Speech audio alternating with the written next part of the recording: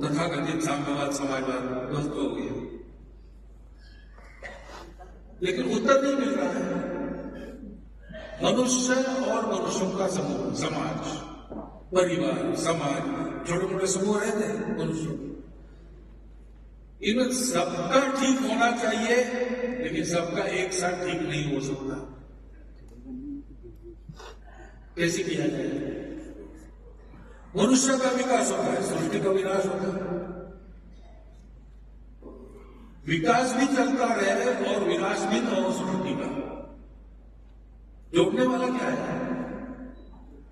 वो जोड़ने वाला जो तत्व था वो उनके पास नहीं है। इसलिए सारे प्रयोग जो उनके हुए, उसके कुछ अच्छे पहलू है, उसमें से कुछ उपलब्धियां हैं, ये सब है, लेकिन मूल समस्या जो है, मनुष्य को सुख समाधान शांति की प्राप्ति करा देने वाली एक व्यवस्था देना। मनुष्य के पिछले 2000 वर्षों की जो सारी व्यवस्था है वो इसमें पूर्णतः असफल रही है।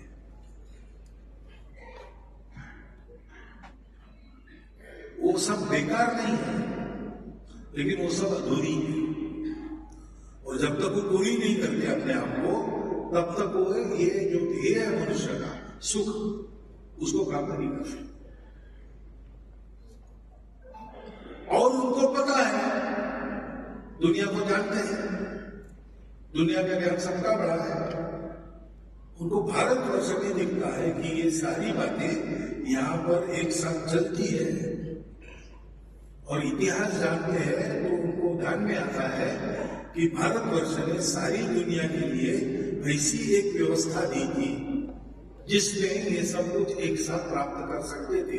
सारी दुनिया इसके कारण कम से कम 3000 वर्ष तक सुख शांति का जीवन जीती रही थी। उस व्यवस्था के पदचिन्ह आज भी संपूर्ण 5 महाद्वीपों के लोगों में मिलते हैं। भारतवर्ष के लोग भी मेक्सिको से साइबेरिया तक गए, उन्होंने किसी को जीता नहीं, किसी को लूटा नहीं, सबको जोड़ा और जैसे थे उससे अच्छा किया। हम नई व्यवस्था का डंका पीटते हुए सारी दुनिया पर अपना डंडा चलाते हैं, हमारी भी व्यवस्था ध्वस्त हो जाती, वो व्यवस्था भी नहीं जीतती। हर 15 वर्ष के बाद हमको अपना विचार बदलना पड़ता है, और युगों से भारतवर्ष में एक शाश्वत विचार, उसके आधार पर आज भी समाज जीवन चल रहा है, आज भी चल रहा है वही जीवन। प्राचीन समय के भारतवर्ष के कपड़े, भाषा, खान पान सब बदल गया है, लेकिन अभी भी यहां का रिक्शा वाला भी कहता है, साहब पैसा तो मुर्गी भी नहीं खाती। वो जीवन और प्रवृत्तियां अभी भी देखने को मिलती है। इतने लंबे कालखंड में सब उतार चढ़ावों में एक शाश्वत विचार आज भी जीवन की धुरी बना है, और हमको अपनी चीज हर बार बदलनी पड़ती। इसलिए दुनिया को आज भारतवर्ष से अपेक्षा है। भारतवर्ष का जो प्राचीन सनातन विचार है, जिसको एकात्म मानव दर्शन के रूप में काल सुसंगत रूप में प्रस्तुत किया गया, उसका समय अब आया है।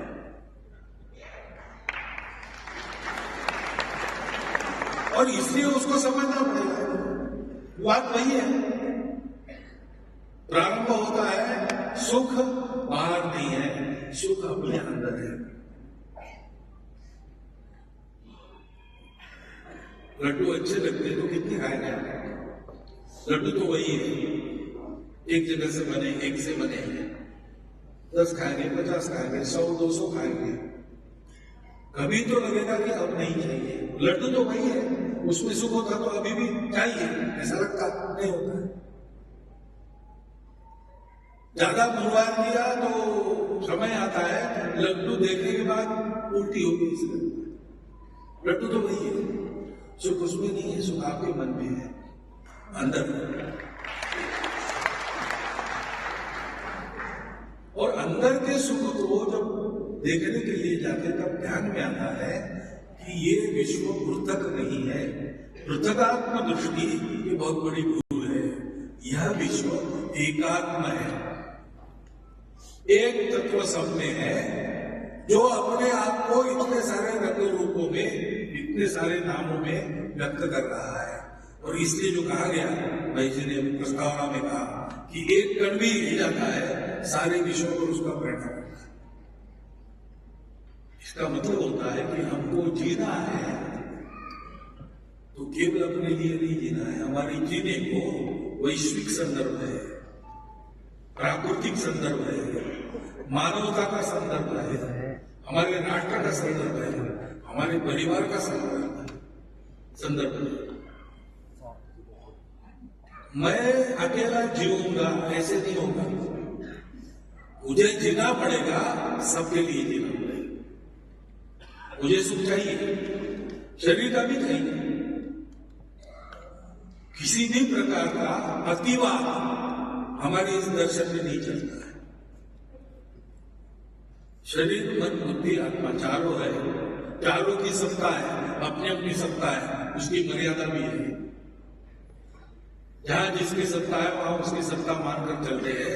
उस सत्ता की मर्यादा को समझ के उस सत्ता को चलना। और इसलिए संपूर्ण सुख एक साथ शरीर, बुद्धि, मन, आत्मा का सुख प्राप्त होना चाहिए। हमारे यहां व्यवस्था दी उसके आधार पर ब्रह्मचर्य, गृहस्थ, वानप्रस्थ, संन्यास।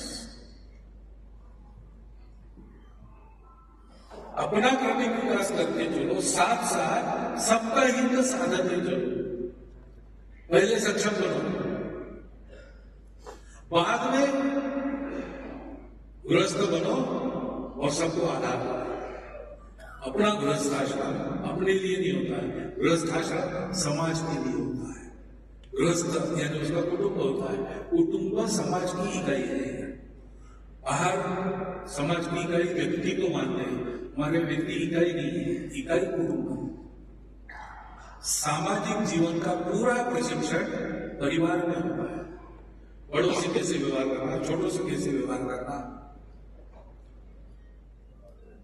पूरे परिवार के सुख के लिए अपने सुख पर संयम कैसे करना।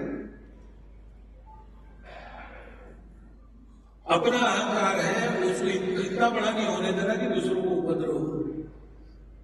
दूसरों के भी अहंकार है, उनकी भी इच्छा तृप्ति होनी चाहिए, ये जानकर अपना व्यवहार करना। ये सारा जो सामाजिक व्यवहार का प्रशिक्षण है परिवार में होता है।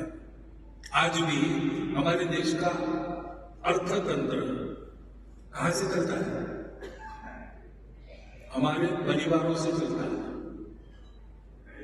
हमारे यहाँ भी शेयर बाजार है, उद्यमी है, व्यापारी है, सब लोग हैं, वो भी करते हैं उसमें योगदान। परंतु मुख्यतः हमारा आर्थिक व्यवहार परिवारों से चलता है। और इसलिए दुनिया में उतार चढ़ाव होते हैं, सबसे कम परिणाम हमारे यहाँ होता है, क्योंकि हमारी संपत्ति इतने परिवारों में केंद्रित है। हमारी संस्कृति के संस्कार, हमारी परंपरा, हमारा स्वत्व, ये पीढ़ी दर पीढ़ी प्राप्त होता है। क्यों होता है? परिवारों में होता है। इस परिवार की इकाई में जीना सीखने वाला ये सब प्रशिक्षण ले लेता है। उसको पता चलता है कि मेरा विकास होगा तो मेरे परिवार का होगा, और मेरा परिवार अच्छा होगा तो मेरे गांव का विकास होगा, मेरा गांव अच्छा बनेगा तो जनपद को अच्छा करेगा। ऐसे बढ़ते बढ़ते उसका मान है। एक आदमी बहुत अच्छा है, उत्कृष्ट गुण वाला है, उसका मान है, लेकिन वो अपने परिवार के काम आता है तो लोग और उसको सम्मान देते हैं। ये होनहार बच्चा है, अपने घर को इसने बड़ा किया, और कोई घर के गांव का आधार बनता है, उनका मान बढ़ता है। ऐसे करते करते जो संपूर्ण विश्व को अपना मानकर चलता है, उसके सामने तो सब लोग साठा में नमस्कार करते हैं। कोई कितना कमाता है उसका भी महत्व है। अच्छी कमाई करने वालों को आदर से देखते हैं, लेकिन अच्छी कमाई करने वालों से ज्यादा अच्छा बांटने वालों को आदर से देखते हैं। और जो अपना सब कुछ अन्य के लिए दे देता है उसको हम सर्वोच्च मानते हैं। स्वामी विवेकानंद कहते थे खुद के लिए जिए तो क्या जिए, मर गए। सबके लिए जिए तो वास्तव में मनुष्य का जीवन। ये हमारा दर्शन है, क्योंकि ये आत्मा जोड़ती है। ये आत्मा ही सृष्टि में परमात्मा है, जो सृष्टि को, सृष्टि के समस्त जीवों को, वनस्पतियों को, इन सबके व्यवहारों को जोड़ती है। इसलिए वैद्यराज जंगल में जाते हैं जड़ी बूटी के लिए, तो मंगल के दिन जाना विहित है। जाते हैं, एक मंगल को प्रार्थना करते हैं पहले जड़ी बूटी के पौधों से कि मनुष्य के कल्याण के लिए आपके कुछ अंगों की आवश्यकता मिलेगी, अगले मंगलवार मैं आऊंगा, कृपया वो मुझे प्रदान कीजिए। और एक पौधा उखाड़ता है तो उसको 10,000 पौधे लगाने हैं। ये इतना पुराना नियम है शास्त्र, क्योंकि ये सारी बातें हम ये सब जुड़ी है, सब में आत्मा है, इसे सब चैतन्य है। चैतन्य की निर्मित सृष्टि है और इसलिए सब में पवित्रता, सब में चैतन्य देखकर अपना व्यवहार करना। ऐसा करते हैं तो व्यवहार का भाव एक ही होता है, मदद देना और कुछ नहीं। शोषण का भाव आ ही नहीं सकता। हम उपकृत हैं सारे विश्व के। मैं एक जीता हूं तो मेरा जीवन चलाने वाला कितना है, जाने अनजाने चाहे अनचाहे उन सबसे मैंने प्राप्त किया है। अब मैं बड़ा होऊंगा तो उन सबको वापस करूंगा। ये गिव बैक वगैरह आजकल बात प्रचार आए हैं, वो भी हमारे लिए नहीं, बहुत प्राचीन है। इसको समझकर हम चले। 10,000 वर्ष कृषि हो रही अपने देश में। अफ्रीका की कुमारी जमीन में पाश्चात्य लोग गए, 400 साल खेती करने के बाद बाकी जमीन बंजर हो गई। अब 3 साल विश्राम लो, उसमें वो सब रसायन डालो, कैसे तो भी उसको फिर से जीवित करो, ये चलता है।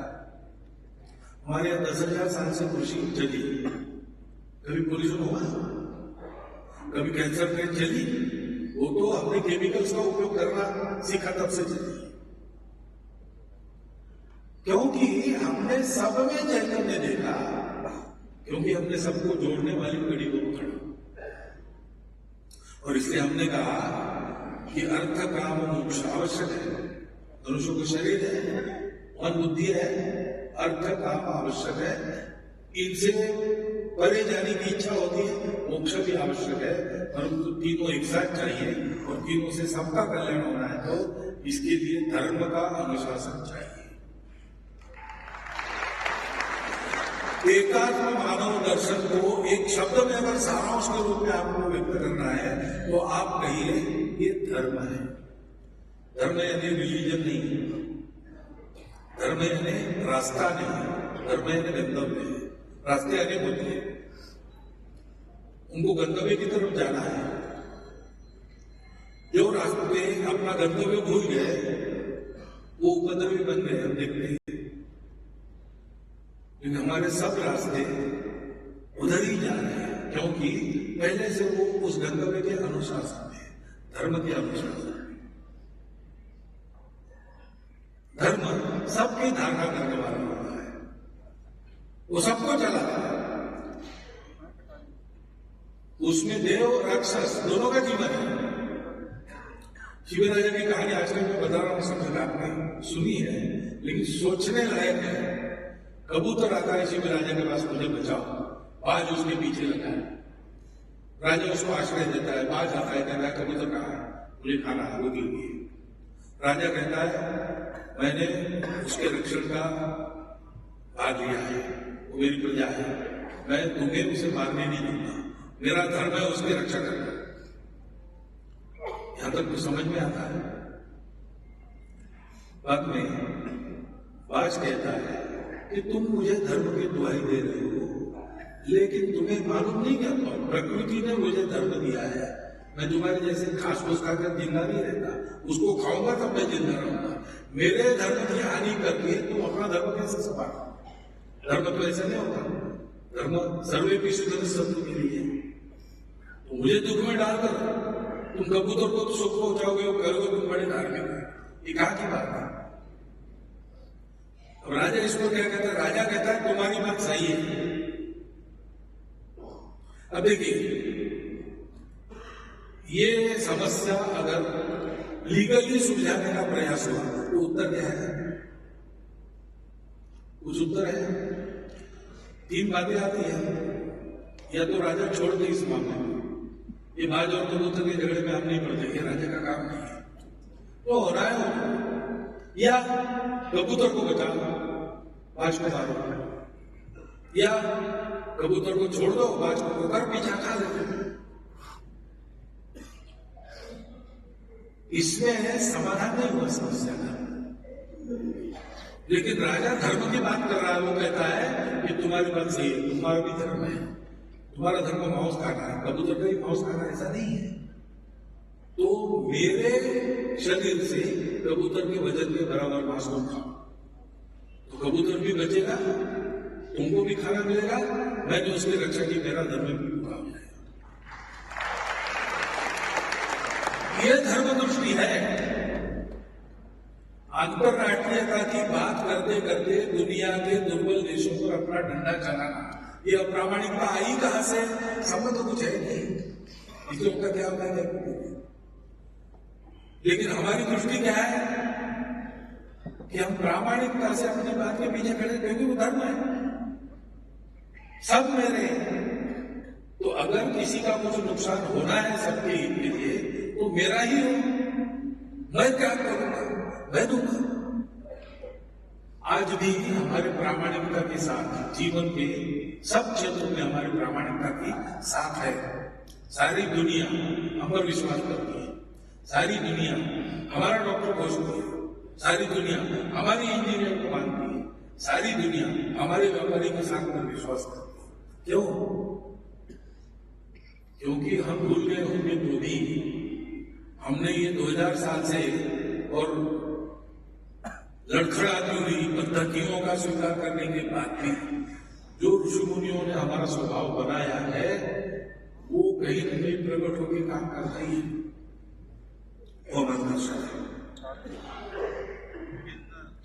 इसलिए एकात्म मानव दर्शन का समय आया, क्योंकि दुनिया की इस किसी बात का उत्तर दूसरा नहीं है।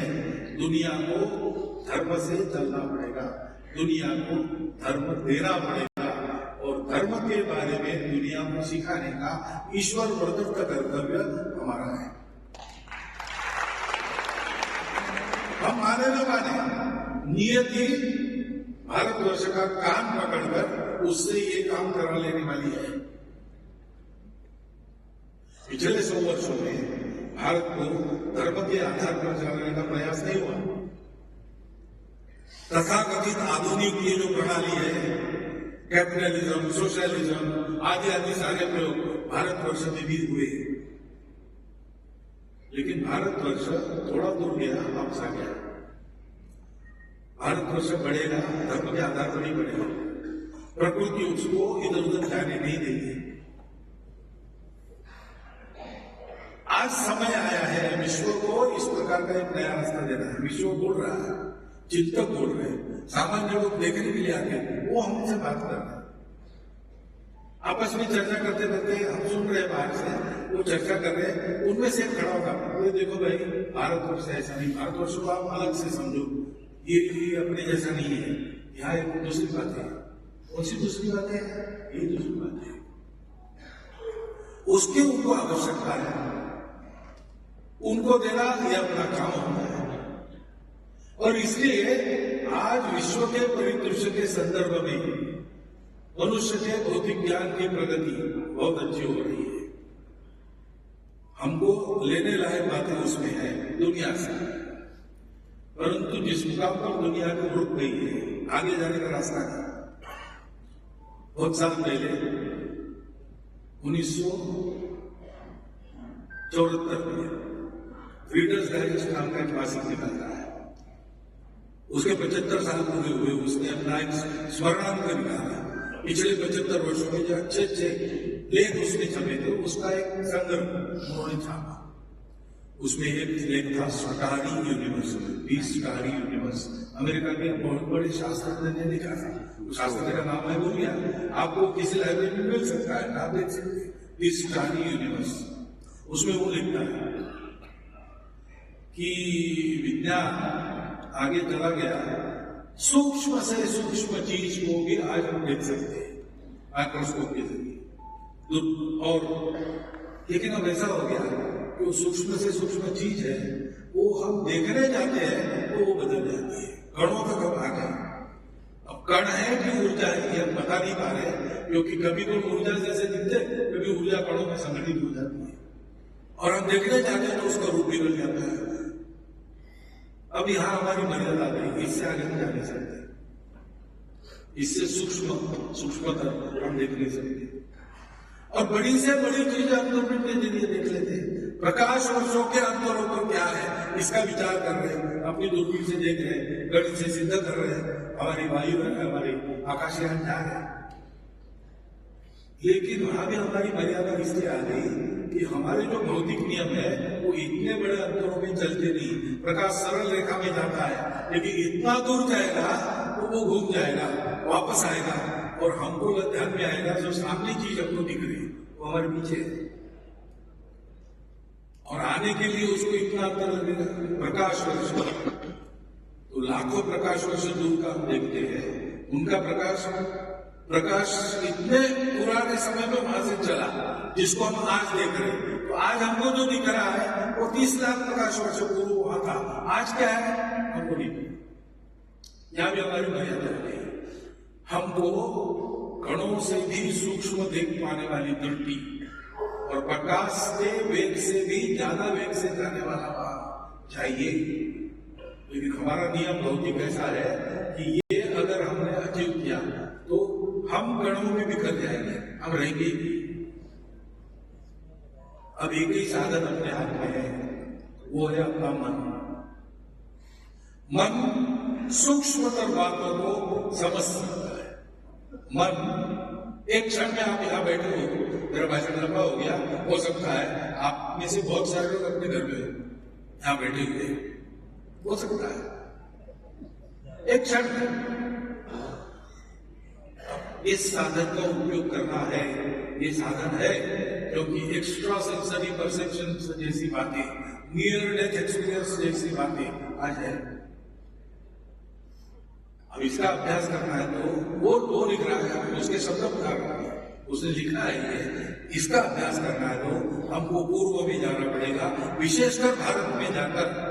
उस नाम भी है पातंजलि योग सूत्र, योग वासिष्ठ जैसे ग्रंथों का अध्ययन करना पड़ेगा।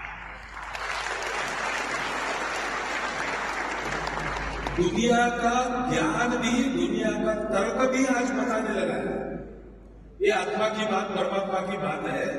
अभी नोएटिक साइंस करता है जो अपने बोध का अभ्यास करता है, कॉन्शियसनेस का अभ्यास करता है।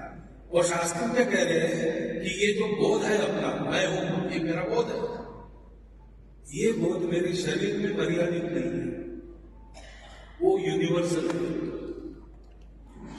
जो विश्व शास्त्र में कॉस्मोलॉजिस्ट है, उत्पत्ति शास्त्र विश्व का बताने वाले, वो कह रहे हैं कि everything started with A pre existing universal consciousness. अंग्रेजी भाषा में वो परब्रह्म की परिभाषा करने की चेष्टा कर रहे हैं। तो इसीलिए समय आ गया है,